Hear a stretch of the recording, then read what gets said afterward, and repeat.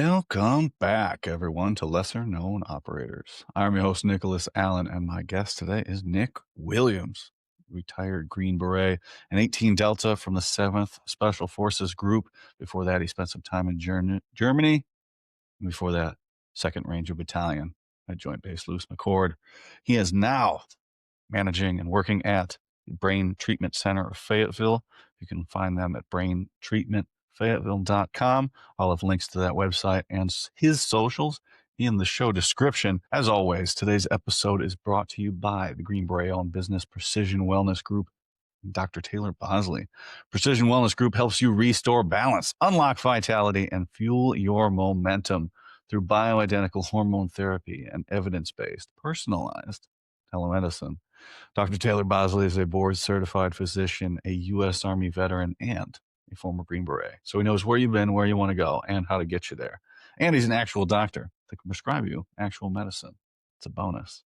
So if TRT, HRT, hormones, testosterone, peptides are something you've been thinking about for a while now or just looking into, look no further than Precision Wellness Group and Dr. Taylor Bosley in Southern Pines, North Carolina. Walk in person, telemedicine. Use code LKO20 at or on your initial consultation paperwork to save 20% on said consultation. Newest addition to Lesser Known Operators is we have our first t-shirts and stickers available for purchase.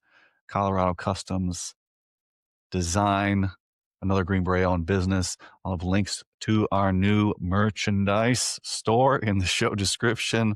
I do appreciate you guys. Please remember to like, subscribe, share, comment, pass these episodes along.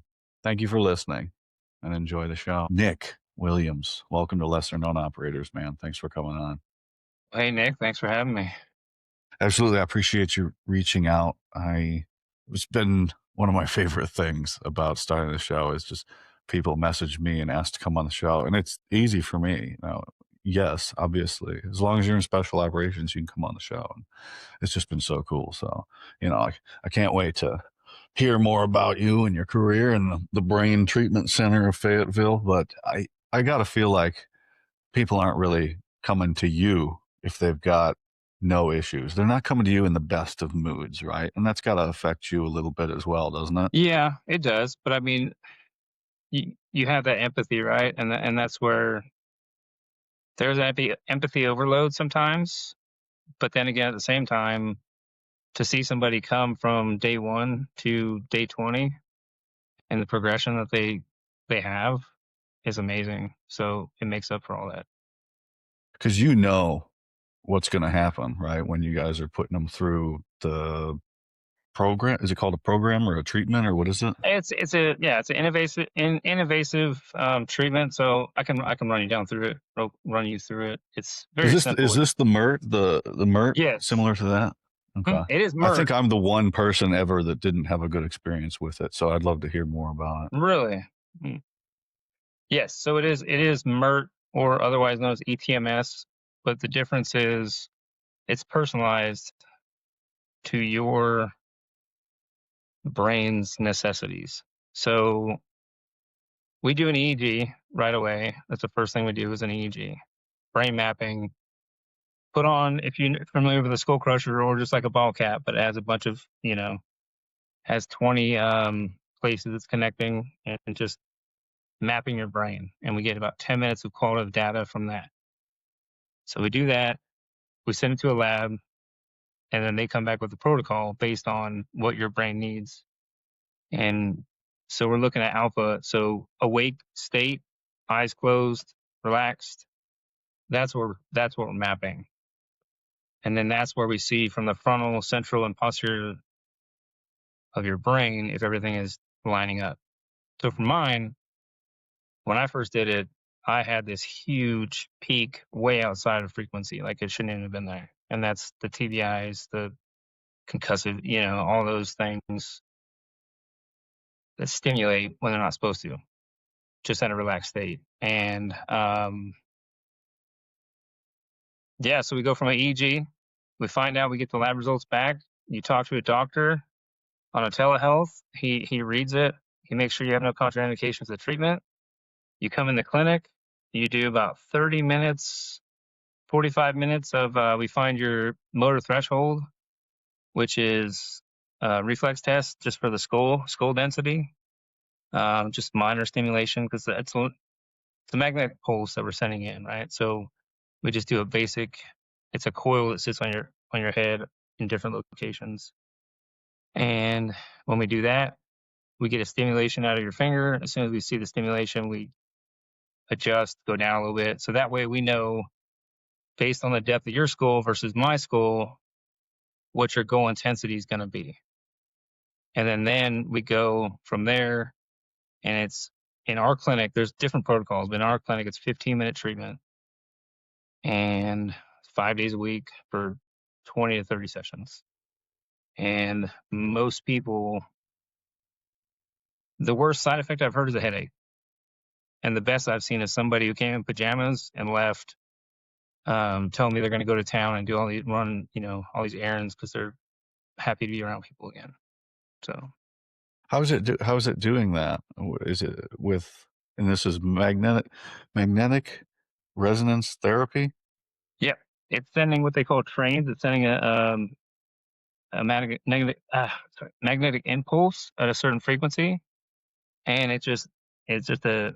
I mean, if you heard it, it's like a tap tap tap tap tap, and it just sends like a tap, a certain amount of trains over the course of 15 minutes, and it's just like because everything your body runs on electricity, so it's just syncing that brain back up to make sure that, and then you can see on the EEGs, you can see somebody that has, you're firing in seven on a seven I'm sorry, frontal, central, you're firing on an 8, central, you're not firing at all, or posterior, you're not firing at all. So you see after these 10 treatments, we get a little bit of syncing up of the waves. And then at 20 is where we see the big significance. And then, okay, look, we're now, and we're asking them daily. So we check, it's kind of like a mini therapy session. So we check, hey, how was your sleep last night?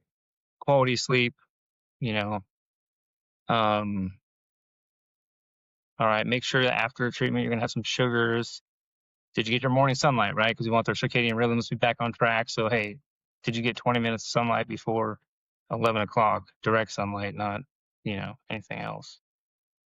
Screen time, make sure you're going, you're turning off all those blue screens before bed, at least an hour. And then we check their scales every day. We ask them, how's your anxiety? How's your depression? How's your pain? And so we just run through it. And it's a routine, right? For these people that are, mostly transitioning or med boarding or already out. And it kind of gives them hey, you're coming at 11 o'clock every day, or you're going to be here at 8 every day. So it gets back on a routine that they don't usually, they might have lost. What's the cause of needing this treatment, though? Are we looking at number one is TBIs or accidents or overpressure? What is it? Well, it treats a lot. It treats, I mean, the TBIs, PTSD, which is just another form of depression, right? Like they took off the depression, but it's FDA and TRICARE and insurance approved for major depressive disorder right now. And they're trying to move forward and get PTSD and TBI FDA approved. They use it for autistic children. That's based on a cash pay because insurance won't cover that, but they see a lot of results from that. And there's a huge population of autistic children, these days. Yeah, there's just a lot. I mean, tinnitus. My wife told me, she's like, you don't complain about tinnitus anymore. I was like, I didn't think about that. So yeah, there's a lot of uses. I mean, it's pretty cool. Yeah, it seems like it. But to me, it's like one of those things. We put people in chambers and pump them full of oxygen, and that heals things too. It's like one of those things that sounds fake. We're just putting magnetic waves into people's brains, and that's fixing it. It seems complicated and very simple in itself, though. So it's like one of those things like that can't work. But we've been conditioned to, you got to take a medicine or you got to take a drug to fix things. and it's, "Oh, no, you just hook this thing up to your head for half an hour a day for a few weeks, and you'll feel better." Yeah, you don't even hook it up. We just put the proper placement where the protocol calls, and it just sits there and taps. It's the least invasive thing, I mean, you can think of. Like, I thought it was like a skull, like I was gonna be wearing some dunce cap, and it wasn't. And I will say they do use it for addiction. So substance use disorder, like Warriors Heart, they use it out there. The guys go out there. Nicotine addictions. It just has many different areas that it does affect. And unknown to I don't know why. I can't tell you. I'm not the scientist behind it, but I mean I can see in my own EEGs the objective data that just shows. I'm like, oh, look at everything's syncing up again, and I feel it, and now I can sleep and dream, and yeah, just set my life on track again. And I was like, all right, I'll open it up.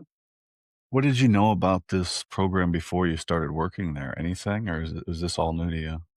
It's all I didn't know anything about it until till I went to San Diego and did it myself. And that was the other part. I was like, well, if they want to open one here, I'll run it because I went through it and I believe it. I mean, it's just one modality, that's just one thing that I'm not gonna say is the end all be all, but it definitely is a part of healing. And I know for a lot of our guys, right? Like I said, the objective data of seeing it and saying, okay, I feel better. I see it.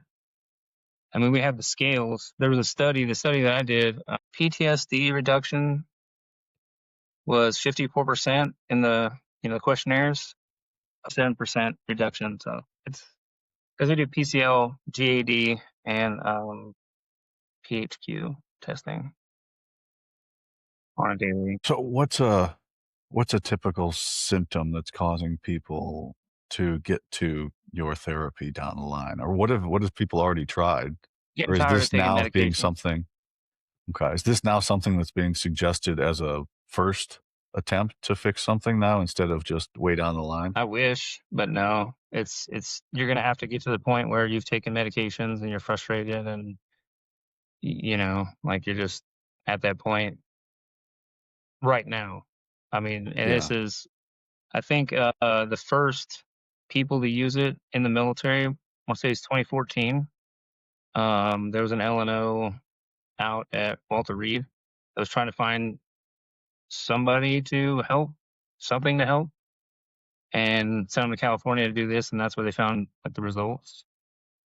And so they've been pushing it and trying to figure it out and how to get it out to the guys. And some of the other units have had it and seen positive results, but just like anything else, it's something somebody grabs and like, oh, this is great. And then they move, or, the new hotness comes along and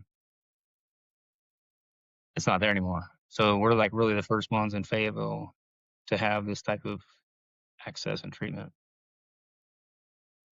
Yeah, as we run out of things that aren't, or as we pile up the amount of things that aren't working, people are getting pretty frustrated. And, we spoke a little bit about the plant medicine before. That's a big thing. And when I spoke to Jeff Darty a Hmm. couple weeks ago, he said, you know, the number one thing he sees isn't even the military stuff, it's the childhood trauma from before the service, and then it's just kind of exacerbated by the service and things like that, and then they get out, and then it becomes a huge issue. So, I I like hearing that things are actually working, where we don't have to put people on drugs, and because that's not good. That adds to the problem as well. It just makes things worse for everybody, and it's just another thing, another depressing thing to drag us down. But that's good, man. Who are you seeing like interest from? Like, do you now work with foundations and like and commands to get guys in there? Yeah, I mean, so we're definitely we're growing on, and that's the whole thing, is the presence and just knowing on base. Because I mean, I'm trying to get into the other, like the civilian, obviously law enforcement, firefighters need it. Everybody could use.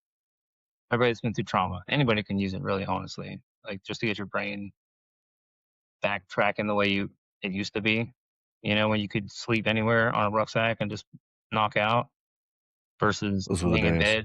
bed, you know, and waiting for the next day and not sleeping. But yeah, I mean, we're definitely getting traction in the middle tiers right now, and just trying to reach everybody. I mean, we got a big and how many people jump on brag, you know? So there's a it's just it's getting through the stigma of what needs to be diagnosed to get treated right now. What does need to be diagnosed to get treated right now? What's the threshold for getting somebody in there? Because you're saying you can give for anybody. I went to one of those, what the fuck they called? Like an IV like boutique where they hook you up to, I'd never even seen one before. And my buddy's like, we're going to get IVs. And I'm like, fuck, we're in the middle of nowhere in Idaho. What the fuck you mean we're going to get IVs? And sure enough, you pull into this town and they hook us up. I was like, yeah, go ahead. And, is I envisioned something like this. If it works for everybody, eventually gets to the point where, oh yeah, you just go get your thing. But also something could be taken advantage of, um, and harm people as well. So what direction is it going with that?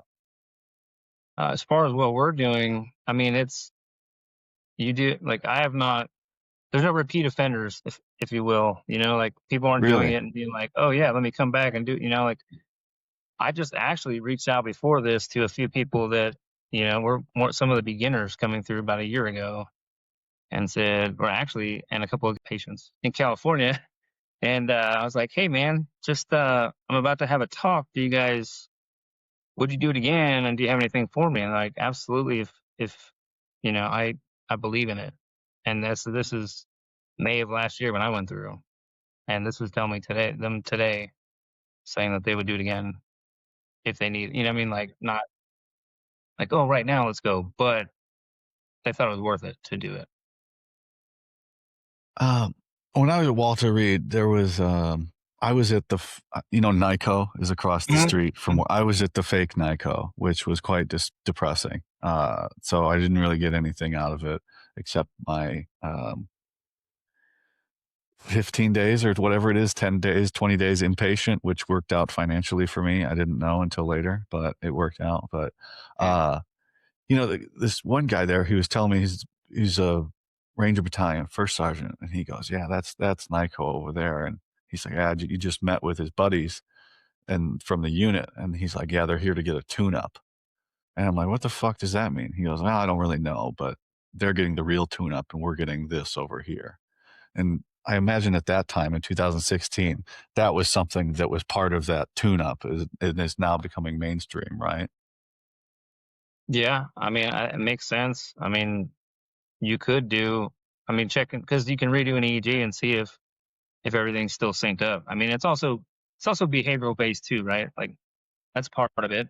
Tell people, hey, drinking isn't going to be your best option while you're doing this because if you're zapping your brain of all of its glucose, then you're already defeated if you come in like that. So it just helps on many levels. It's not just the treatment itself; it's also lifestyle. Is getting people to stop drinking as well, or Well, yeah, yeah. I mean, you're not if you're trying to get the best, if you're actually interested in doing it and doing it correctly, then you shouldn't be drinking. So then that gives you a 6 week window to change your life patterns. And then after that, I mean, I didn't look at a drink for months and months after I was like, "Ah, I'm good. I don't even not need it. I don't. I do drink, but I don't drink like I did. I don't drink. It's just a different relationship, I would say. I guess. Like, before it was like that numbing feeling, but now it's just like, I'll have one if I need it or want it, but not to disassociate, you know? yeah, I know. I'm sober now, so we're trying to get to 2 we're gonna be to 2 years here in a couple months, but yeah, it's, no, I don't drink at all anymore, and, the difference, and as you said earlier, with recall and things, I will have conversations with people, and then I'll think back on them and go, "Who the fuck?" am I now. Like, I'm able to recall information, and I have had no treatment. I've done everything with diet, exercise, sleep, and trying to be nice to people, having a better attitude about things. That's the hardest one. Out of all 4 of those, the hardest one is trying to have a good attitude about things because everything will bring you down. But, it's gotta be I envy that with people with that, but it's made such a huge difference for me, and you gotta see so you have a 0% return rate right now for people going through the treatment and coming back and saying it's worn off? Yeah, no, no. And I mean, we had people say that they've done the SGBs and they didn't, got nothing out of it. We're not a fan. Um, yeah, I mean, I mean, the number is 50, right now. So it's not that high, but it seriously is, you can see their scales. I mean, we take daily scales and monitor it. Um, Obviously we have to, we get subjective when we ask them, what how they're feeling, how their abilities, things like that. Like those are subjective scales based on what they're saying, but everything decreases besides pain, because obviously we don't provide any pain treatment, so we can't help that. But otherwise, everything always drops. Slight headache is the most side effect that I've seen, or drowsiness afterward because they're being, So when mentally. you went out to San Diego, you said you went to San Diego to go through it? Yeah. When you went out to San Diego, what were your symptoms before and what were they after and now?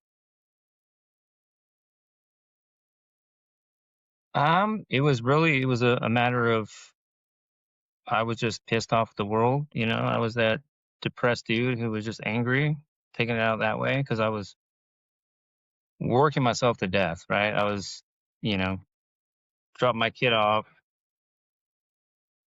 going to work, contracting all day, and then teaching students, which I thought would bring me happiness, right? Like get something out of it. I retired, now I'm giving back. But I mean, you can't take an eye off a kid that, like you're teaching how to do IVs and just trauma training, and like you're stuck, like focused all day long, and then going home to clean the house and feed the kids and do all the work. uh yeah, I was just in a rut. And then to have the idea that I'm gonna get paid less than when I was in, I was like, all right, no, this is just too much. So I was just in a funk. And like I said, when I saw my old team started to smile for once, I said, man, what's going on with this guy? I was like, all right, let me check into this, like let me see. And I was on Adderall, Xanax. I mean, you name it. I was on everything. Ambien, just going through the motions, really. And then I said, you know what? And that's when I asked him. I said, let me try. Why not? And I went and did this, and no more Xanax, no more Ambien. I I did the antidepressants when I was in, but I never liked those. So like I met the criteria for that, but I can't stand them. They come with other side effects, right? So it's like you take this, now you're pissed off. Now your libido's messed up, like everything. So you have to take something else for that, right? It's just the whole gambit of stuff that you don't want to be in and doing, but you don't know how to get out of it. And so this kind of just gave me that reset. I've said a lot on here, the my method of helping people going forward is just to try and just be a better example, because you really can't tell people what to do. You can't ask them to do anything. You can't make them do anything. That's not going to work either. But if they see you do something, then they'll be more likely to possibly get their shit together and hey, oh, I want to be like that because I hate the phrase comparison is the thief of joy. That's the only way we accomplish anything is comparing ourselves to other people. Otherwise, we just wouldn't wouldn't draw it from anywhere. Like, I want to be like that person. So I imagine you're seeing your team sergeant smile and wanting what he's got has probably had a profound effect on it because you kind of skipped over it right there. But it sounds like you saw what somebody else had and you wanted to have that. Why was that so a profound thing for you to see? Yeah, I just knowing him and spending so much time, and I told him because we go to these, we go to Texas every year for this car show, and we all congregate. And I was retired at the time, and he's still, pushing and pushing. And I said, "Hey, man, like you got, kids are getting older, like they need you, and just falling on deaf ears, and they're all still in talking about the next mission and this, and I'm sitting over here like, man, I don't even fit in anymore. Like I'm gonna go hang out with the women I get, like I don't know. I'm just like, where do I go? Because that's all they were worried about. I was like, and so seeing from the outside really opened my eyes to just in general that it's just hard to see when when you're on the outside looking in, like, hey, how they're gonna get through, how are you gonna get through, and then finally seeing him make that change. And gosh, I mean, if he's still not the complete opposite of what he was, and he's helped a lot of people too. So I mean, it's pretty cool. Um, it's rewarding to see, just in general for his family, for him, and for all the things that he's done and gone and done. That's good to hear. It's never enough, right? With when you're in the life, it's never enough. When things are going well, when you like the direction they're going as well, you don't want it to stop, and you do anything to keep it going as well. And then we lie to ourselves that oh, this will keep going forever. No, no, it won't. No, it won't. Nothing keeps going forever. Everything goes away. I joke that with me, it's like a constant up and down 50 times a day. I can take over the world and I'm the biggest piece of shit 50 times a day. Like that's, but I do know, and I'm like, oh fuck, this sucks. I'm like, and then I'm like, I'll get over it in a few minutes. But it's never enough. And then you get and then it does end and you got to deal with it. You get the treatment. How much of the do you think that is the treatment, and then getting off, weaning yourself off of those other things that are probably the symptoms are making you feel like shit too, because there's a catalyst. I stopped drinking, and then all of the benefits of me stopping drinking are what lead to me today. How much do you think is the treatment, and how much do you think is getting you out of those destructive patterns and the medicines that aren't actually helping you? Mm. Well, yeah. I mean, I couldn't put a number on either one, but I will say it's that whole like everything working in conjunction, right? Like like they call it the trifecta. What was the study, right? Hormones, and then the plants, and then the myrrh. Like it's and the atmosphere. It's set and setting. I was in a place in California, sitting in an Airbnb with dudes that I knew that I felt comfortable. I didn't know actually, but felt comfortable with because they were all former operators of some sort. And you got, like I said, the Airbnb is like a mansion. You got all these cool things, and time to yourself to actually just reset. And then the only thing we had to do was that treatment, and then we just get sun, go do things. I mean, like, so it's definitely a huge part of it. It's just atmosphere, lifestyle changes, the whole works. I mean, it sucks that people have to go across the country to do things like that, and that's why I'm happy to get one piece of that we can do here versus having to spend time away from family. A lot of guys don't have 6 weeks to go somewhere and do that, so that's kind of, we're just given a piece of it, and then go from there. But if that makes sense. It does. You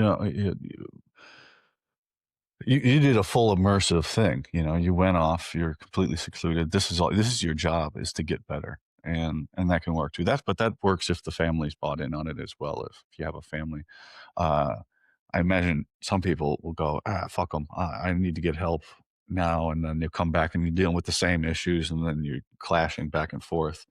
And at least in this way, you know, if you're in the greater Fayetteville area, it's not that big of a drive to come in, get your treatment, and then go back about your day. Um, Whereabouts are you guys located?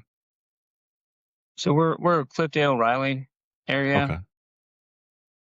It's located so that if you are on base, you know what I mean? Like it's not hard because I mean, really, our sessions are short enough that you could do it at lunch. You know what I mean? You can come in. We don't back people up like like a doctor's office. We set it to where you come in, you get your treatment done, and you're out. So that way, you don't have to see other people that you may know from work, or you know what I mean? Like it's just individualized care. Come in, and you can get back to base pretty easily. So that's kind of the goal. That's what we base it on. That's cool. Yeah. How long has this been going over there? You said a year. Yeah, I signed up. So I had a job lined up with Khaki when I got back from doing this treatment in California. And then I got a phone call and said, "Hey, we're gonna set it up in your area like the same week." I was like, "Oh, do I go train people to shoot or do I, help people?" So the day before I did that, I was like, "All right, let me help people." And so I signed up, got the keys to the place, got it painted, set everything up, and just ran with it from there. That was, I think, September, and then we got the machine in like October, November. So it's been about a year of patience. Okay, that's pretty good. I mean, the interior decorating looks great. Look at that piece of art you got behind there, and you got the Special Forces flag. It's great. Oh no, this is I'm at the house right now for this. This Oh, is just okay. it's my yeah. But it does. I did try to create the atmosphere of like the beach vibes, California type thing in there to make it feel like you're not sitting in Fayetteville. You know what I mean? Like go in there, calming. What's wrong with Fayetteville? Well, I've been here since '05. I did go to Florida for a few years, but yeah, came Yeah. back, Okay. Yeah. Came back. got me. Yep. Move. Swig got me. Yeah, Well, you're from California, aren't you? yeah, yeah. That was the other thing that sold me on it. I was like, well, my family's there, so I get a free trip to go see my family because I honestly knew nothing about this before I went. I was just like, oh, if this is what gets me to Mexico, I guess I'll go do it. And then here we are, running with it, treating people, and super happy about it. That's typical SF guy thing is, hey, you want to go do this? Yeah. Sure. Let's go. Do I need anything? Too late. I'm already in the car and just go out and do it and figure it out later. But you said before we started recording, that's been your entire career from enlistment all the way to what you're doing now. But it seems, has it worked out for you every time? Pretty much, yeah. I mean, shoot, like I said, I didn't even know what a ranger was when I signed up to be a ranger, and then re-enlisted for Germany and went to Iraq and realized that I was like, man, these guys are not somebody I want to be back with. Why don't I go somewhere else? And did that long walk and realized, hey, sure, I'll go to SF. Why not? Oh, I'm gonna go to SIF. Why not? It just sure, and it just happened like that. And yeah, I guess when you put it that way, it's been my whole life pretty much. Just roll with it. Just wing it, man. Yeah. What caused you to go to the recruiter in the first place? I tried to go to college after high school, and I was living with my uncle up in Northern California, and I was working as a dishwasher at like a hippie store, and I was going to school when he was on his, like and living in a chicken coop in at his house, and just it's like I'm not doing this. So I moved back down to Southern California, and I was just the oldest of five, and I was aged out. And I was like, I'm not gonna live off anybody anymore. Let me figure this out, and just decided. I was like, well, why not? I'll join, see what happens. Yeah. Oh, along with everybody else that joined for college at that time, pre-war. Oh, it wasn't in college. I joined just No, to get but away. But yeah, that's what yeah, everybody else, the right. main Decided, yeah, it consensus at the wasn't time that was. I'm gonna go be a patriot. Like I can't lie and say that was my intentions, but obviously, I deployed in '03 to Iraq for a year and just had a knack for it. And so I just, went with it. Did not think I was going to become an 18 Delta when I went to the selection and got selected and went to the Q course. I definitely was hoping to be Bravo, but it worked out and I made it. So I think half of the 18 Deltas that there ever have went, there's no way I can do that. And then 2 years later, 18 Delta. So I think that's a common thing. You just find the way to get it done, right? After Yeah. because special operations, everything in special operations is very easy. All you got to do is just work your ass off, and you'll be successful. And that's a lot easier than the alternative of being lazy and kind of letting things happen to you. Letting things happen to you sucks. Uh, that makes you real depressed. But if you're working, just like with what you're doing now, and but again with when you said with the contracting with the schoolhouse, uh, that isn't the more you think about it because we don't think about it as students how stressful it is for the instructors because all the students everywhere in the Q course are trying to kill each other without knowing it all the time. Like, especially I didn't know in the Charlie course, you didn't even think about it. We got live explosives and we're just like running around Yeah. with these things. Like, and I talked to one of the instructors the other day and I realized why you guys were never really hard on us because we could have just killed everybody at a moment's notice.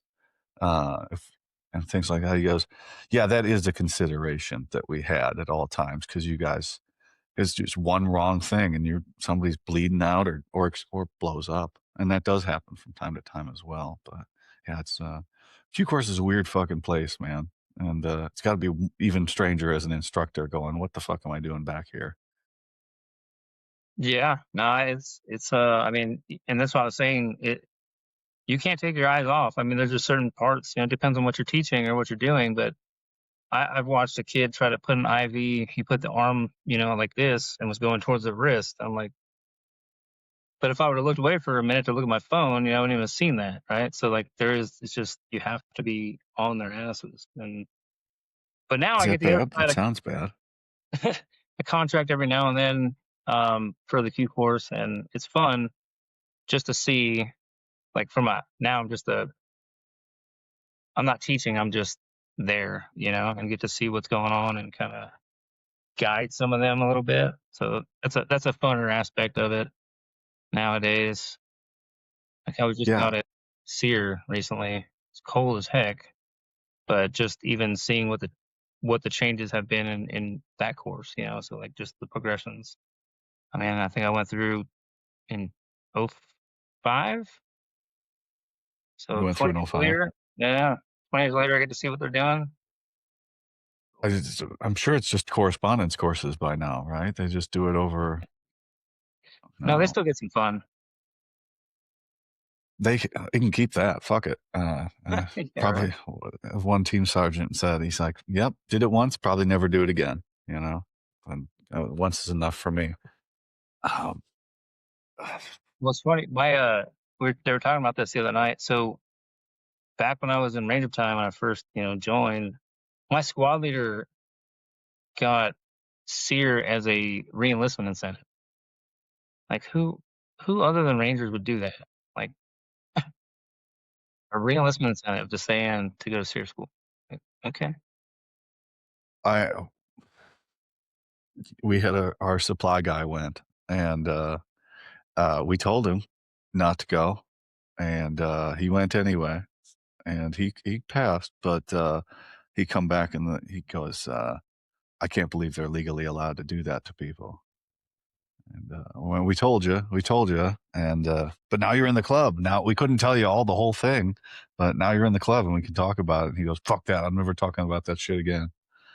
Uh, no, that's fun, man. I get to work with 19th Group with their SWID doing on the SFREs and stuff, and that's fun. Getting to see the whole process from the instructors and the candidates and the National Guard's process. It's yeah, it's got to be it's a serious job, but they do a good job at it. It's good to walk around with them and see what's going on and how they're influencing the next generation of guys with the way they've done things. Everything's changing though. The whole landscape's changing. All the technology's changing, and the way the people that are coming in, and you know, I love people in the comments. Or they'll talk about the old days and shit like that. That shit's over, man. Like the army you were in doesn't exist anymore. It does. It's all gone. The way things are going to happen in the future is ridiculously different from the past. Yeah, I went to that GSoft like Warrior Week demo day a couple weeks ago. And I'm sitting there and I'm looking at this thing. I'm like, what is that? Well, for one, they had a flying car, which I was trying to figure out how would that be relevant if it's a man flying it or female, whatever, personnel driven, flown. Is that like an HRT that you pick up and get out? Or, like, what are you going to do with this? Are you dropping ammo? That's just a big target. But I also saw, as what you were saying, is there was a radar, like man portable radar system that you put out. So instead of us sitting in this, on the ground pulling our point degree security, this radar machine, you just have one dude monitoring that. I was like, wow, okay, that's cool. I just thought it was way outdated. I was like, yep, makes sense. So I went to Global Soft. It was like Warrior Week or something they had here a couple weeks ago, and I just went out to it's called the Range Complex. They were doing a demo day, and I just went out to see if I can't find anybody I know, talk to, see what's going on. I didn't realize they were having all these things. I brought all my guns thinking I could shoot, but it wasn't that. It was all the drone platforms and new thermal devices, but then they had a flying car out there. Yeah. I'm like, what in the world? Like, what application is that going to have for the military? It has to be, somebody's flying it. It's not unmanned. I don't know what the payload is, but it just looked like a huge drone that had a pod for somebody to fly it. And it's like, well, maybe an HRT, you pick somebody up, you get them out, or a evac. I Maybe. don't know, maybe. But I was thinking too, like you said, technology's come a long way. Well, instead of patrol based activities and everybody having to pull this security, now they've got this radar that's about the size of a computer monitor that swivels to 20 degrees and picks up either people movement or vehicle movement for you. So it can pull security of one person, versus half a third of the formation. I was like, man, that's awesome. Like, that's some good stuff. Uh, for everything they're making to keep you safe, somebody's making something to kill you. It's crazy. Man, the technology is always ahead of the tactics. Every battle for the last 150 years, like the Civil War, they just kept cranking out newer and newer. Even the rifled barrel and the mini ball, right? Where you Mhm. hit somebody with a 60 caliber bullet at 300 yards, and it's only going like 400 feet per second or something like that. Just a brick flying through the air, and people just ripping limbs off and shit like that. And then then we just keep advancing, and it's not like people are getting any tougher, but we just keep advancing the technology and into killing one another. It's really wholesome to see that that's the thing that we excel at, because I tell people the United States government is only good at one thing, and that's killing people. And it doesn't matter if it's the enemy or it's friendlies, but we got to kill somebody. And that's what we're really good at, is developing all these scary things to kill one another. It's kind of a bummer, but it's that's as American as it gets, right? We gotta feed the machine. Yeah, well, I mean, that's where that plant-based medicine comes into play, right? You get people to do that and realize that that's not the way. I mean, get them back to square one. And there was one survey that I did during this, because they did a bunch of follow-up surveys, and it actually it made me think of that. And I was like, man, it said, would you want to have this added pre-deployment for somebody? And I was like, no, that's the most ridiculous thing I've ever heard, because if you do this pre-deployment, they might just not want to go. It might change their whole mindset of what they're doing, because you're told, hey, you are a team guy, and this is what you do. But you're telling me that if you give somebody one of these plant-based medicines, that they're not going to have a different perspective on things? So, all right. We know the audience can reasonably assume what happens when you take plant-based medicine, but from a medical standpoint, what is it actually doing to you physiologically? I think that's the right word. Because you have your EEG with your magnetic therapy, right? And you can have a Mhm. measurable distance that you can look at on well, you can look at. I won't see anything, but people can look at and see the difference. Is there's that same quantifiable data that you guys are getting out of people going to retreats and ceremonies? I think I worded that right. Yeah, sounds good. That I mean, I'm not a part of, I guess, any of those studies because I know they're doing them. They started, I think they're doing them in Texas, What kind of and I know the doctor one. are you? What's that? What kind of doctor are you? I'm not a doctor at all. I'm just kidding. Now, but yeah, I mean, I'm honestly just, I just focus on the people that come in and treating them. But I do have connections with a lot of people. Like there's an SF doctor in Colorado that runs one of those retreats for psilocybin, and Well, there's like Matt Butler down in Utah, and then I've heard of the doctor in Colorado. I haven't met him yet. I've met Matt. Dr. Lance. I think so. I think so.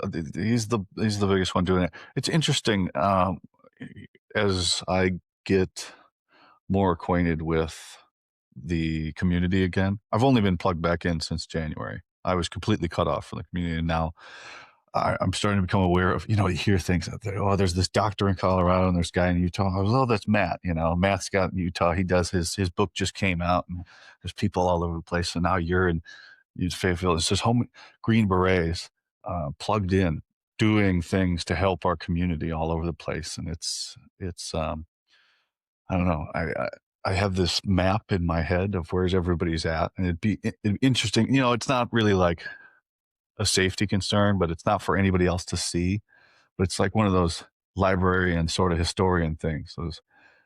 There has to be people to go, oh no, that you're over there. This person's in that area. Let me hook you up with them and hook them together. So it's really the amount of information that you can take in and process and have for people. Mhm. And that's why I believe, like, if I'm going to have a show and have a platform where people listen to what I have to say, I better have answers for them when they have questions. And that's why I like to hear what you've got going on and get more information about what actually happens to people when they take some of these other treatments and why it's so appealing.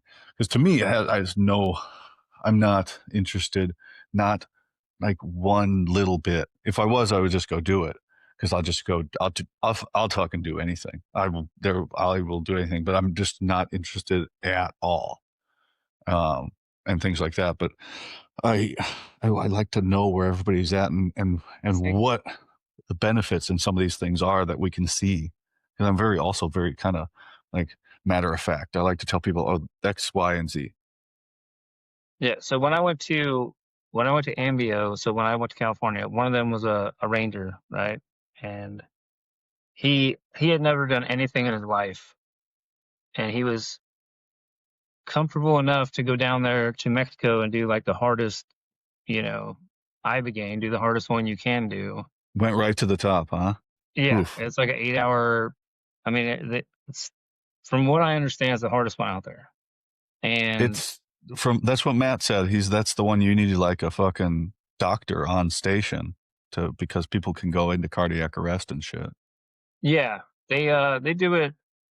They do it well there. They give you magnesium. They make sure that you do a whole week and like kind of a cleansing and give you an IV and they set you up to monitors. I mean they do a good job.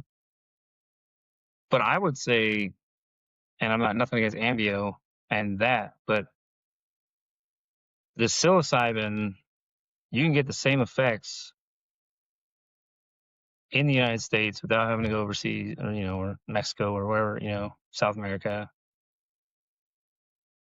just because of the setting that I was talking about earlier. Like it is really interesting how different, because I remember when I went to Mexico, and I don't want to say anything bad, but like my experience, my monitor was going off, and so I'm sitting here trying to, go through this, and from a medical perspective, you're I'm in the like, what? circle. Yeah, and I'm like, what is going on here? Like, why is my monitor? Am I good? And it was a battery issue. Well, that's gotta Yeah. freak you out. That's gotta Oh yeah, and fucking I'm watching. People are throwing up, and people are getting like walk to the restroom, and I'm sitting here hearing my battery go off. I'm like, what in the heck is going on here? Like it that just, sounds horrifying. yeah. So that one wasn't like a quality experience for me. Um, but I just left it alone and let it be. Made it through. But I did do the psilocybin. So my brother passed from a opiate OD in July, and so I was kind of bad off, you know. But I went to Colorado and did the psilocybin there, and it was 4 days, and it was it was a great experience. It helped me heal so quickly, just to be able to not forget but get over it. Like kind of work through the five, the levels of grief and getting through it all. Denial, anger, Yeah, exactly. bargaining, something in acceptance. Yeah. Yep. Anger, yeah. So Yeah. that's where I'm all about it. Like I am a believer. It's different things for different people. Like the brain treatment is one of them, right? Getting clean is another one.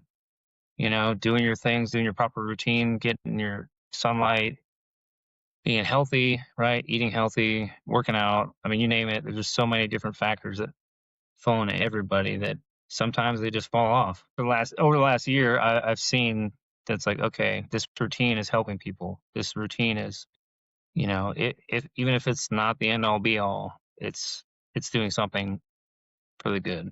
And they can, you could see by 20 treatments, you can tell. Yeah, you just know that they're better than when they came in the door. That's good. That's I'm sorry to hear that about your brother. No, I appreciate it. It was he struggled for a long time, and it's just. But that's what I'm saying about plant based medicine versus speech therapy for 10 years, to get over something, or 5 years or whatever. You know what I mean? Like versus just working through it, and it just gives you this. I don't know. It just kind of talks to you. It gives you what Yeah. you. It's a weird. I can't say it from a medical perspective, but it gives you this clarity. Well, it's like what I said earlier. People don't listen and they don't read. Uh, you can't tell anybody what to do, and you really can't make anybody do anything. Nothing that's going to last, right? But if somebody wants to do something, and like when you're in that state, uh, alternative state, that's just you talking to you, having this conversation with yourself, and that's the only way things are going to get done is if you have a heart to heart conversation with yourself and go, Mhm. we gotta fix this shit, man. Well, how do we do that? Well, let's think about it here for a little bit, and we'll come up with a plan. Uh, that's how shit's gonna get done. It's not if somebody telling you and listen. It is good to have somebody listen to you complain every once in a while. Do you feel better? Yeah, I feel better. It didn't really solve anything, saying that, but it's just now I've just outlined my why I'm so upset more clearly, but I didn't really come up with a way to deal with it. And like I said, he's with Jeff, he said, but you got to do all the shadow work. You got to do all the other stuff with the plant medicine too. You can't just, it's not a wonder drug. It's not a silver bullet, right? You have to do all the other things as well. Uh, Stop drinking, exercise, keep up with your sleep, you know, stay on a routine and things like that. Uh, from the cynical side, I worry about people taking advantage of people that are in pain, uh, and setting up things and giving people false hope. So to for me to get more information for the community before I can push people to the right person that's going to help them, because almost no one has your best interests at mind when they're trying to set up a business or something in the private sector. They're there for to me, yeah, for everybody that's good, there's five people that are trying to take advantage of the system and work benefits. That's what I think, but that's like a cynical side of like keeps me safe, is I'm always suspicious. I even emails, like, from the technical side, there's way more phishing emails than there are correct emails. Somebody's always trying to take your money or scam you out of something. And I worry about with that because people that are in pain, that are suffering, are very easy to be. I mean, if you give them something to look forward to and to take their pain away. So I I hope that with these things going forward that we can correctly, safely, quickly move towards and I hate that you gotta have the government involved to regulate some of these things because the government fucking sucks. But I was on a show the other day and we were talking about peptides and GLP-1s. And I said, yeah, the government's coming after these pharmacies or these not for human consumption labels, these Mhm. Mhm. where for research purposes only. And I go, they have to because you don't know what's in that shit. They could it's at best nothing, or it's wild inaccuracies. This isn't coming from a medical professional. And I thought more about it after we got off the recording. And there's a sign down the street from my house, right? It's just this fucking piece of plywood. It says FDA check mark vapes, right? And you know why that sign is there? Because my neighbors 2 streets over were these kids. There's a documentary about it on Netflix. They were like the fucking vape kings of the Midwest or whatever. And these things were like 1,000 times what you were supposed to have in these vapes. They were very toxic for people, and a huge investigation. These kids went to jail. Like they were in high school doing these black market vapes and shit. It was very sophisticated as well. And so now you'll have that. So the government had to step in and do these things because people took so far advantage of the system. And I see the same opportunities, and I know that they're happening also with the plant medicine. And unfortunately, somebody has to, with enough power, step in and go, we gotta put a stop to some of that. And that's going to affect how easy it is for guys to get. And it's kind of a bummer, but I just worry about guys getting taken advantage of. I don't know how you feel about that. Yeah, no, I mean, I understand what you're saying, and it is one of those things, right? Like everybody, are they out there for the right reasons? And that's where you just have to vet the people, I think. And no, I mean, we've had so many problems with drugs in this, country. How could it be that a plant is going to save us, right, and keep people from doing worse things? But until that's allowed or tested or studied, that's where we fall in that line. Because I mean, you have people just like, I mean, you saw Bigger, Stronger, Faster, right? Back in the day, that documentary where these guys are building supplements in their kitchen just to show how easy it is to create a supplement that nobody's regulating. So at least if you're going to the right and proper people, trusted people that are doctors and vetted and doing the right things, it's kind of that balance, I guess. Yeah. Nope, it'll take forever to get there. So what is the short term solution? Yeah. Well, Matt, in his episode, he outlined it. He said there's three levels of groups that you can go to for this sort of thing. There's the bottom one, which is basically the signal chat group. Mm, And for me, I said that's a high chance of that group being infiltrated and raided because it's very easy to get into those and see what's going on. Are these people doing illegal things? Open and shut case.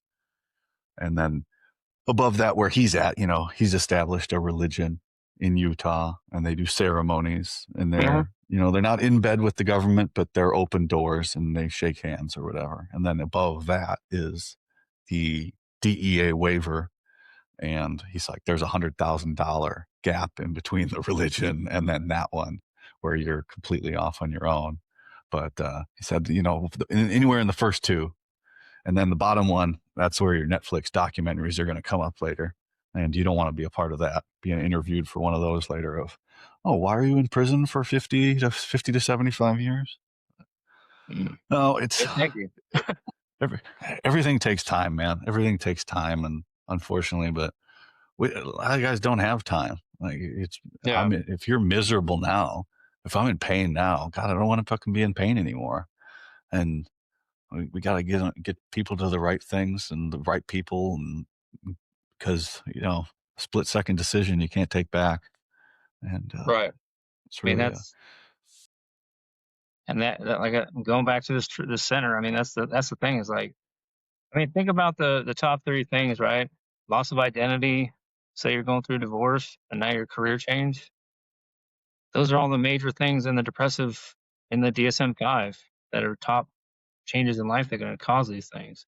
So if we can get these guys in transition or girls, and we can help them through that transition and get them thinking clearly and sleeping well, then I feel like it can bridge that gap. And it's all. I mean, there's really no negative. Like I said, there's no negative side effects really. I mean, it's it's an it's an avenue to approach. I'm not a salesman. Like I if you wouldn't want to do it, I wouldn't preach it to you. But as being somebody who's gone through it and being able to sleep again, it's great. You know. So oh, it's just another thing in there. We could you start fixing one thing, you fix another. I know there's people, especially getting the information out there. It's so difficult. That for my side of things, I'm working against algorithms on Instagram, right? So I have to make content that gets me attention, then I have to make content that's serious, and I have to get everything in this. I have my own little model that I've drawn up. That's my way of to grow my own thing, and it works for me. But I keep in this circle of my Instagram growth pattern, and a lot of this stuff, it's not exciting, it's not fun, it's not flashy. There's very very few ways to talk it up. Like, oh, we're gonna shoot some magnets, and then you're gonna sit and you're gonna play with your phone, and then you're gonna go about your day. There's very few ways that you can make that exciting to get the information out there. You have to figure out how to do it. You have to ask questions, and just that, and really all word of mouth, and because people are going to go to people that they trust, and so the more we get people to do these things and talk about it afterwards, that's another thing. We have a hard time capturing experiences once it's over, because everybody just goes back to the regular life, and yeah, especially with the plant medicine, it's not completely open to talk about yet. I mean, I can't make reels about it. I can we got to use the right verbiage, and we got to use the right stuff to talk about so I can get through without getting it banned, but or getting in trouble. But I think we do a poor job of spreading the word with things as well, to the other guys that are. We've got to be proactive in our approach to get information to the guys, and not just sit back and go back into normal life. I don't know. But that's on part of us. If we want to help, then we got to find a way to do it. We right. just got to fucking figure it out, Honest, right? honestly, that's another aspect to it. Is I mean, I retired here. Everybody thinks I was third group because I retired out of SWIC. So I'm the seventh group guy up here, right? And I've been around in Fayetteville for since I retired, and just trying to find my own pathways and find things and people who actually help and stuff like that. And so like it's one like you said, it's one of those things where people go away and they find something, but you don't hear from them because they're not around anymore. But that's another thing I try to do for people to come in is like, hey, are you taking hormones? Like this place will give it to you for free. Like this nonprofit will get you on a retreat. This nonprofit does this. And just get the information out because they're going through that. Most of them are going through that time where they're getting out and what's next. Uh-oh. And so the more information I can pass just makes makes me feel good that I can pass it on. What they do with it, like that's on them. But it takes a lot of research and time, right? Time and effort to figure this stuff out. And so if we can have more people knowledgeable, I mean, you're talking about Signal. I have a Signal chat right now that this guy put together. He does like a monthly get together with people. Like the last one was like a transition brief. He brought all the people from Bragg, all the transition brief coordinators out, and just getting people together, kind of mentorship stuff as people are getting out, that kind of thing. So it's pretty cool. Oh, that sounds good. There's so many good things going on, and it's another inundation because you can only do so many things at one time.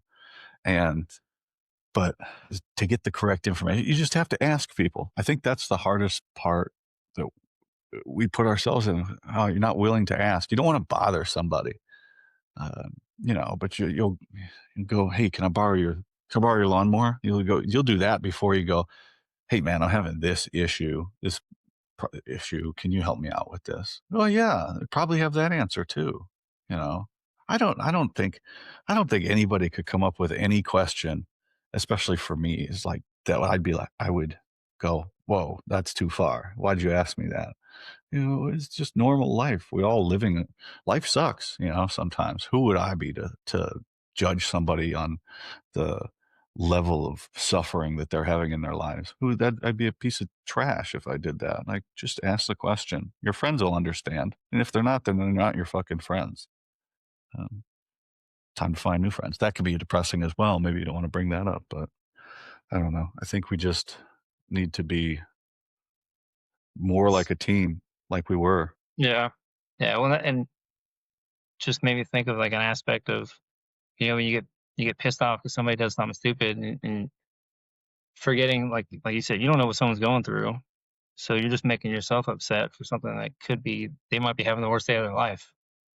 And you're pissed off because they did something retarded. And you're like, well, did it really affect me? No. But, you know, I didn't like the way you were driving. Because we got a lot of traffic here in Fayetteville now, this 295, and they're just building and building. So it's a daily thing. I'm like, oh man, remember, you don't know what they're, like it's just is. Yeah. Somebody that you meet every day is having the worst day of their life. And somebody caught me the other day with something in the comments and I just shut them down. And like I just wrote what I wrote. And I was having a hard time. And I know exactly what's going to happen if I tell people that I'm having a hard time. I have a lot of people that listen to me and a lot of people that care about what I say. And so another reason why people just don't say anything is because it's just it'll be message after message after message. Are you okay? Is there anything I could do for you? And people don't want to hear that either because they'll start to feel bad. I know exactly if I say something the way I say it, but I'm just honest with people. And I tell people that they need to be honest as well about what they're going through. So I have to be as well. If I'm having a hard time, I don't hide it. I told you right before we recorded, I'm Yeah. not doing well lately, and that's my show is reflective of that. All my content is reflective of that as well. But fuck, bro, everybody's having a fucking hard time. The amount of people that messaged me in the last 24, 48 hours that are also struggling with the death of family members, struggling with finances, all this other stuff, is staggering in our community. And we just keep it to ourselves. We bottle it up. And because we don't want to burden our friends. Oh, fuck. Our friends have been the only people that have been there for us for all these years. Heck, you'd be there for them, wouldn't you? That's the other thing. You flip it around. You'd be there for them. Well, why wouldn't they be there for you? And so you just be honest with your friends about what you're going through and probably be able to get through it together, Yeah, go through absolutely. things and meet I up and mean, talk.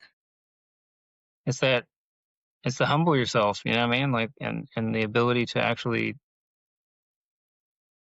know that you need it, and ask.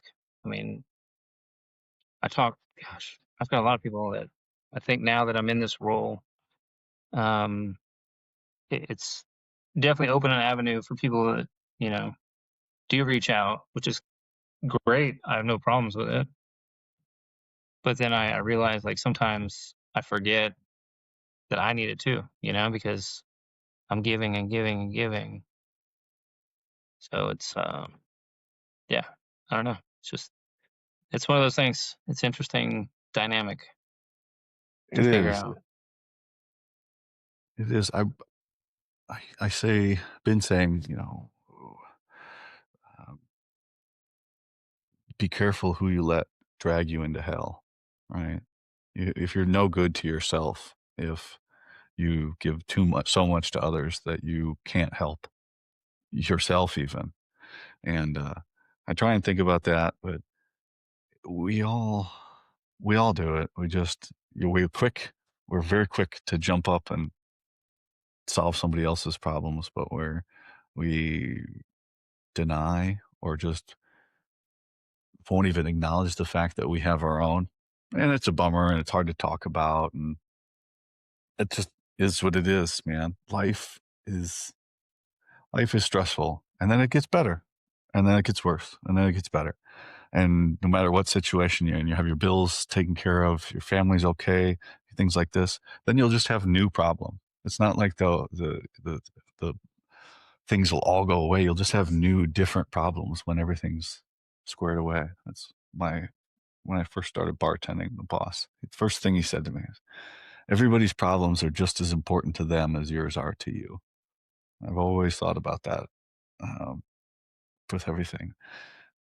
It doesn't matter. It's all perspective. You're no better or worse than anybody else. It's just everybody deals with things differently, and a flat tire might be the worst thing that's ever happened to somebody, and they might be traumatized by that. Whereas somebody in our community probably has a horrific story that even you would go, "That's pretty bad," and that's traumatizing to them as well, and they deal with it. So, but we're in a position. Like, who am I? I'm just nobody. I made my own thing, but I care. I care. I want to give people information. I want to gather up information and spread it out. And if people come to me, you obviously didn't want to go teach people to shoot. You wanted to help people and help make them feel better. That's a lot more rewarding than, okay, go glue your target back up there and circle your shots, and we're going to do it again. But why is it? Why do you feel like you want to help people and make people feel better going forward? Is it just because you all the years of being a Delta, or has that always been that way, or do you feel like you want to give something back to the community moving forward?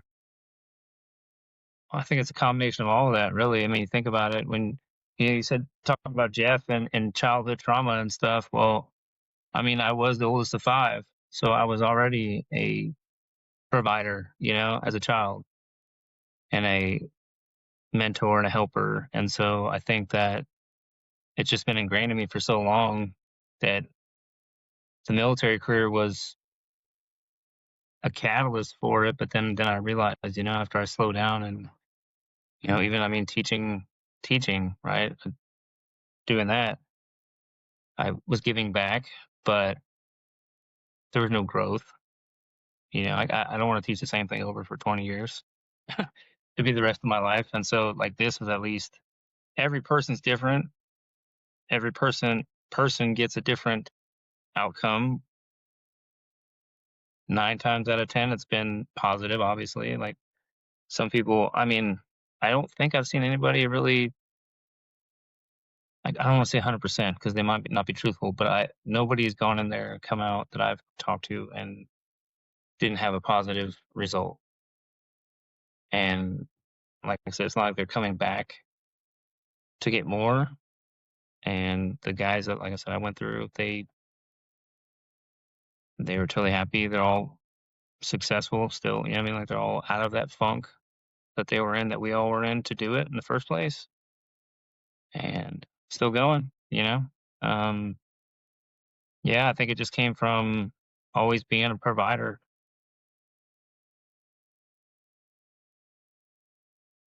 and opportunity. Yeah, that's that's the hardest one, right? You gotta, you can want to, and that's my thing right now is I can want to do all the help and everything I want. But I just need just one opportunity the right way, the right job or the right placement. You do need to be in the right place at the right time occasionally to make things work. That's what I'm hoping for with mine. But you can teach yeah, what is it? You can teach a man to fish or feed him for a lifetime. But you also, if he doesn't have anything to fish with, it's just you got to teach him how to where to get the tools to catch the fish as well, or use the rod. So, um, but it all works out with we put ourselves in the best situation that we can, and hope for a little luck. Because just like at the Q course or in group or deployment or wherever, there's quite a bit of luck involved. Yeah, don't step in a hole or Yeah. yeah. I mean, I lost at this. What is this in the ejector? I lost the little stud in the rocks one day at SUT, and it took the entire squad 2 hours to find that thing in the rocks. We took every rock out piece by piece, and luckily we found it because the one guy created a electromagnet out of a 9-volt battery and some wire that we had and found it in the rocks. And that's pretty lucky. There's a whole lot of luck involved in these sorts of things, and of meeting people and networking and things like that. So, but yeah, we'll see how it works out. Where do you think this program's going to go moving forward? Is it just more of these centers are going to pop up as it becomes more accepted and moves out, just like every other treatment? And do you think there's a cap where this could be abused to hurt people as well? No, I don't. I mean, it's already international. That like there's a like they're using AI with it, like virtual reality, so you can like put the EEG, for example, so you can watch like virtual reality, and you could use it for training because the EEG is just watching what your brain is reacting to and doing. So if you put a VR on with it, um, like say you can see what a guy's looking at first thing you walk into a room.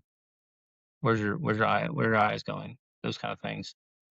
But the brain treatments themselves, I mean, there's no way it's going to go to some point where it's going to be hurting people. It's been around for forever. It's just the only difference now is that with technology, that's the better part of it, is that we're only giving you, like, say, your brain thickness compared to mine is different. So we're only giving you the intensity needed to get through your skull to get to your brain. We're not just overstimulating everybody at the same intensity. So it's dulled down. I mean, they even have it to where if you have a certain disorders, we have to bump it down to make sure that there's no reactions, schizophrenia, bipolar, things like that. Like there's a lot of what's the word? Controlling factors, I would say, in place that, it's all done to a T. So there's nothing it, that could cause any. I mean, if you had a history of seizures, you're, most likely cut out. If you have any metal in your brain anywhere, nope. So there's already limiting factors. Yeah, It's not just like, here, take these. I mean, I remember when I was retiring, I took a Fexer, and I just cut it out. Like, I'm not doing this anymore. what And I is spent that? 4 days on the couch. It's an antidepressant. It's a real strong antidepressant. And I just said, I'm not doing this anymore. It just makes me angry. And it was the worst feeling I ever had. For 4 days, I didn't leave my couch. And I was getting these brain zaps, just like weird zing going through my head. Not recommended, but I just said, forget it, I'm done. And so that's why when I got to the point where I felt like I needed something, I went this route instead. Yeah. Yeah, oof, those are no fun. I have those as a result of TBIs. I have, man, so many terrible pains in my head and brain, down my neck, down my back, everything. It's terrible. Um, we don't remember how nice it is to feel good either, right? It's been so long for a lot of people as well. With that stupid meme that goes around, it's like the doctor, "What's your level of pain today?" And the patient goes, "Oh, the normal amount." And then the doctor goes, "The normal amount is 0." It's like, oh shit. We forget that you're not supposed to be in pain all the time, and it becomes the norm to just deal with being in pain, which isn't healthy as well. That's we got to get away from that as well, to go, yeah, this isn't normal. It's okay to seek treatment for these things and to get it taken care of. It's okay. It's okay to say, "Hey, I'm in pain with this. This is what's wrong with me," and things like that. But I don't know. I think we've, yeah, I was gonna say, I mean, talking about mental pain and physical, right? So that is one of the hard parts is getting people to admit that they are right, they are depressed. Like dudes aren't gonna say it, and that is one of the hard factors that we have to try to get around. And they talk about breaking the stigma. Gosh, what back in like 2014 or 13, somewhere around there, they started with the breaking the stigma, and yeah, your security clearance isn't gonna be affected if you go see somebody. Well, we're still dealing with that. yeah. Well, in fact, my good friend Nick, he just wrote a book called Stigma, uh, and because he was suicidal for years in the military, and they just kind of, oh, you're fine, He's a pilot too. Um, no, we're still dealing with all that stuff. Here's a question for you: since you joined pre-global war on terror, and where you were in throughout the duration, um, I've been asking this question to people that served all the time. When did you, as a soldier, start going, start noticing that there was a suicide epidemic, and started going, "What the fuck is going on around here?" Um, Honestly, I didn't at the time until I think Andy was the first one I've known him for like way for a long time, and when he did it, kind of shocked me. And then I It had was in another 20. guy. Was that in 20? Yeah, it was like right after I got out, he did it, and then I had another teammate who went up warrant, and then he did it he was down in South America or Central America, and I don't know. He came off a trip. He was a warrant. He went down to do PDSS, and I guess he went to the arms room and said he needed a weapon, and went to his hotel room and did Huh. the deed. Check. And that's when I kind of realized, like, because I mean, when you're in it and you're doing it, you don't think like you don't see it really unless it's you're like I was talking about earlier with worried about the next mission. You're not thinking of everything that's going on peripherally. It's like, hey, what's next? What are we doing? Yeah. Yeah. Especially on a team. You're on a team, you don't see much. You're doing the team life. You leave the team, and then a lot of things become more clear. But no, yeah, it's a bummer. I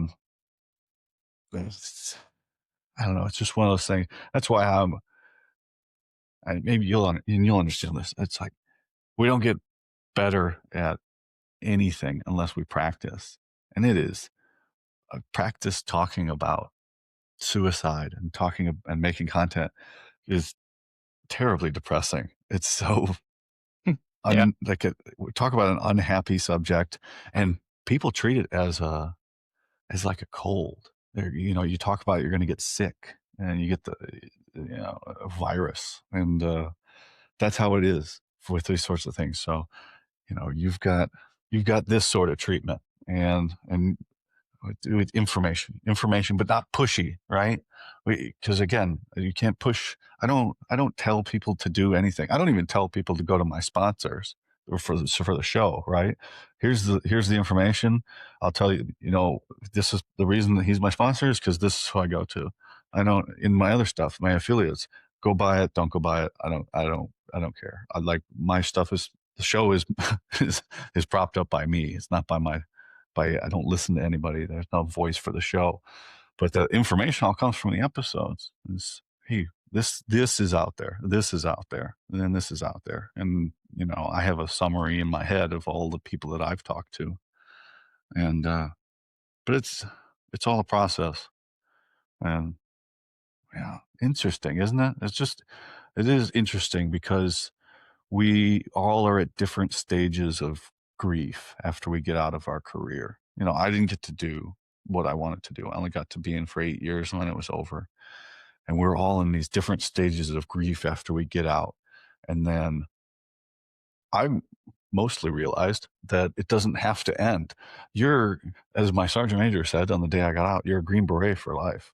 And unless you just want to seclude yourself and go live off in the woods and just be alone, which is totally fine, you can go do that as well. But I want to be around my friends and I want to be back in the community, and I can do that, and I can be a resource to people. And it's most important that we just don't be a jackass about it, because there's enough people that are going to be making up fish stories and giving people a bad name, or even not. It's other people just talking about other people. It's a toxic environment. But to just consistently do the right thing that you feel is the right thing is the best way to go about it. But such an interesting process, isn't it, in this civilian realm of being a Green Beret that we are? Because I mean, you got your hat on. I always wear my hat, and I'm always wearing T-shirts that people give me, mostly because they're free. And I'm still doing the thing. I just wear a lot comfier clothes. But isn't it fun? I think it's fun on this side of things when you realize I can still be that guy, just a lot more relaxed and a lot comfier on this side of things. Yeah, you're just doing it in different capacity, you know? I mean, that's how I feel. It's like because I never thought I'd be dealing with medical insurance and billing and coding and people and recruiting and doing all these things. And it's like, well, I mean, I guess I can use my skills and, make things happen and, get the word out because, like, it's networking, right? But it is on the civilian side is different. But yeah, I'm glad. I mean, I guess, get to dress comfortably myself. I'm not in a suit doing it, or like I'm wearing what I want to wear. I still get to wear my hat because I got to represent. Because most people I see are soft, so it's all good. Yeah. I guess this is the near recognition signal, right? Uh, what's that meme said the other day? It's like I don't wear my hat for me. I wear it for other people, or so we can identify one another at a distance. But man, so you've settled into this role here, and this is going to be your thing moving forward. So what do you hope to continue to do with this thing moving forward to support our community? Get more access, like guys on the other side that have a 45-minute drive. Kind of expand so that just help more. I mean, hopefully in the near future, it's going to be treatable for PTSD, which most people getting out will have. You know what I mean? So like, it's a lot easier than it is that stigma, right? So that's what I just want to be able to get people in that could use it. I think expansion is good, and then like we don't. The problem is everybody thinks it's only for soldiers right now, and it's like there's so many family members out there that could use it. We take law enforcement, firefighters, everybody. It's just kind of getting the word out and expanding, and just putting it out there and giving people the option. Because I'm not a pill popper. Yeah, I don't like it. So, and I guess that's the wrong way to say it, but just taking medications in general, like if the least you can be on is how I see it. Like I'd rather try something that's effective, see the effects, and then watch other people get the same effects. Fuck yeah. How do you guys have a social media set up or anything like that, or how can people find you guys on the socials if they so choose? We do not have that. We have it's brain treatments, btcfayetteville.com. Yeah, I'm not very good at social media, so I don't, but they can also just email me and I can handle it. Okay. Well, we'll figure out something for the reels and things like that. But again, brother, I appreciate you reaching out to me and coming on and speaking to me today. And as usual, I know you now and you know me. And if there's any way that you think I can help you or anybody that you know in the future, don't hesitate to reach out. You got anything for me? Oh, thanks for having me. Have a happy holidays, and I hope things work out. Good Appreciate you. I'll job. bring us right back. I'll bring us to the lobby here. Well, bye, everybody.